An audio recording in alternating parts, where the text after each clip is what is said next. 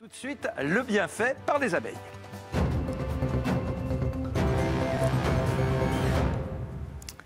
Ah, Patrice Percy-Dussert. On connaissait les vertus du miel, de la propolis, les vertus du pollen. Vous avez été l'un des précurseurs avec le professeur Chauvin du pollen frais et des bienfaits du pollen frais.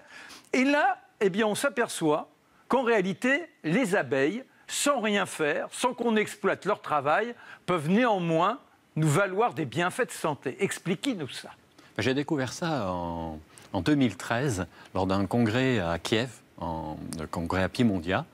Les gens qui ont des problèmes respiratoires, des insuffisances respiratoires, notamment de l'asthme, eh bien, cet asthme disparaît dans la plupart des cas. Cette surprise d'apprendre ça, parce que même en tant qu'apiculteur, je ne le savais pas.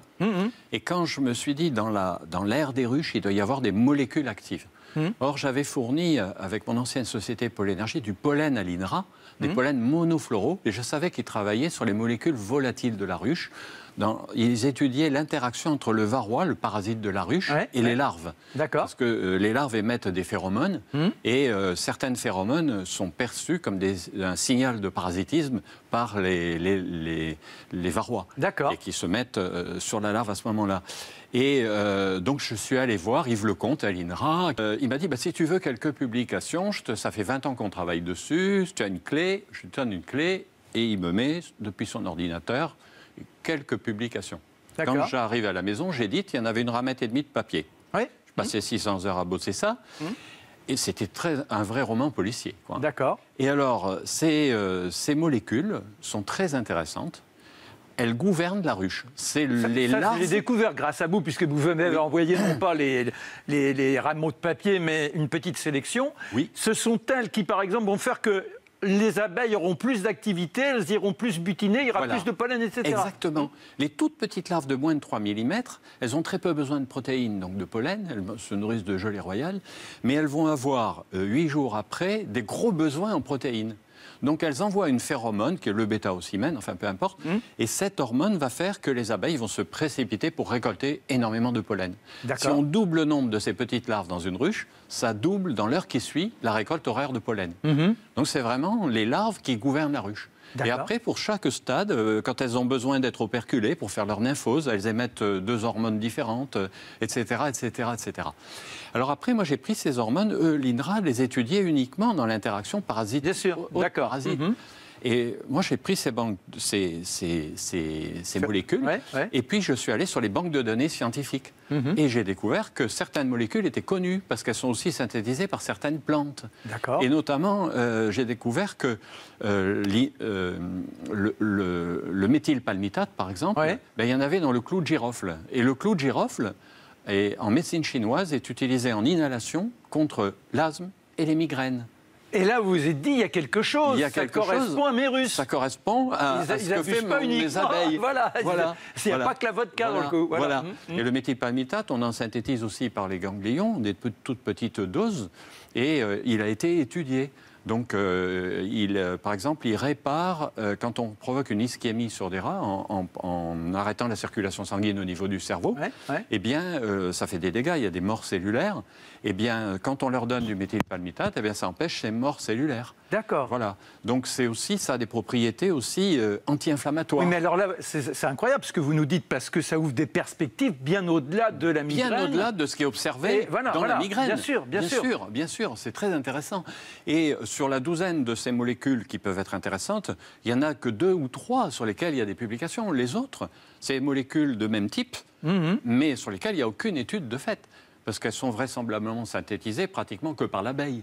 D'où la logique de l'action. Et ce qui est très intéressant, c'est le mécanisme d'action potentiel de ces molécules. Parce que sur l'abeille, elles agissent de manière, on dit, épigénétique. C'est-à-dire qu'elles permettent l'expression, ou elles inhibent l'expression de certains gènes. Parce que le comportement social de l'abeille, il est intégralement génétique. Si on fait naître des abeilles en étuve qui n'ont jamais connu une autre abeille, avec une reine qu'on fait naître en même temps, ça va donner une colonie qui aura exactement le même comportement social. Alors, quand en Autriche, il y a un petit centre qui a une vingtaine d'années, qui est plein toute la belle saison et qui respirent avec un masque. Donc on prélève avec des petites VMC qu'on met sur les ruches. On a une photo, vous nous avez envoyé des documents, on va voir. Oui. On respire l'air avec un masque et là, pendant une demi-heure, 2 fois par jour, on peut faire des cures. D'accord. Et pendant 8 jours. Mais on est allé au-delà parce que j'ai un centre de bien-être avec piscine, sauna, hammam, des massages, un hébergement.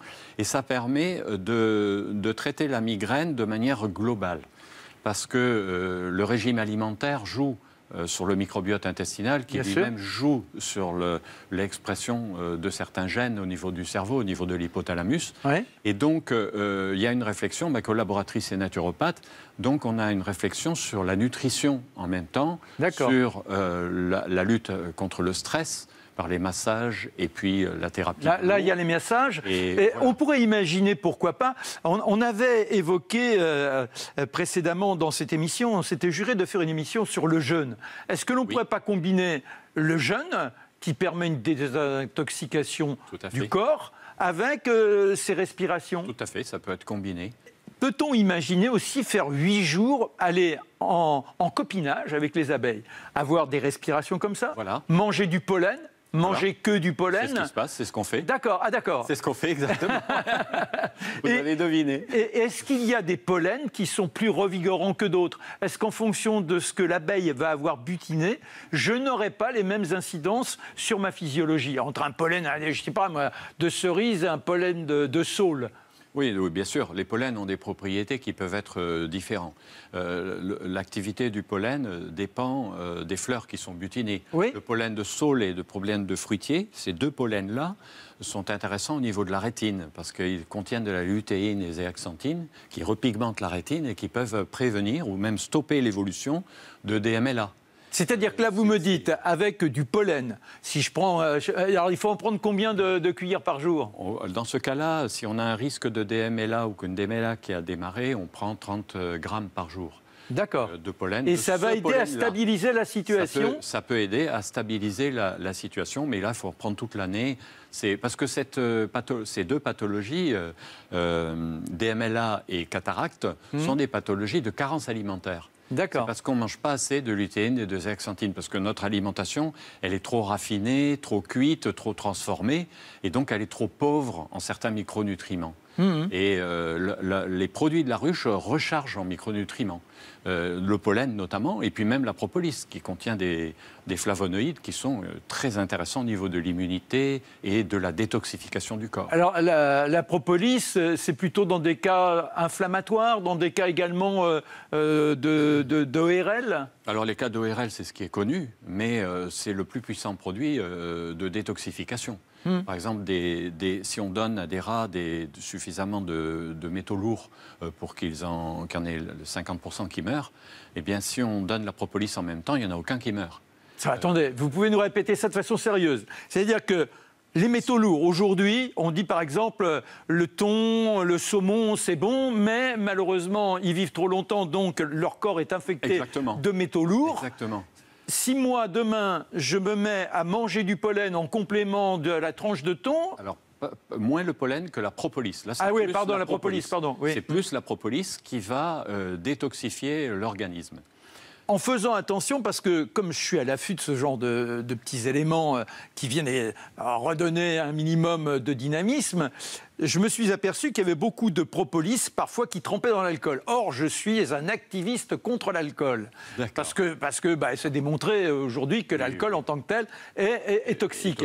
Alors, est-ce que je peux avoir de la propolis sans alcool? Alors, on peut tout à fait acheter de la propolis en solution hydroalcoolique, et puis on la met sur un support poreux, une galette de riz, un biscuit ou n'importe. On laisse évaporer l'alcool et on la consomme comme ça. Ou alors, ça existe en gélule aussi. Ah, c'est déjà mieux. Oui. Ah non, moi, du moment que ça touche à l'alcool, ma religion me l'interdit, vous voyez ce que je veux dire? Non. Bon. Je sais que vous n'êtes pas musulman, mais c'est par principe diététique.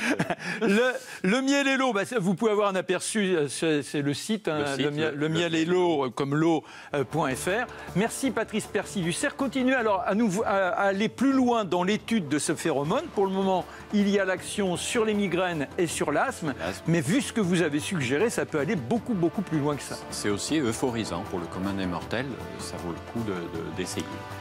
Allez, fin du Prêchi Prêcha, on se retrouve la semaine prochaine pour s'émerveiller. Bonne semaine. Merci, au revoir.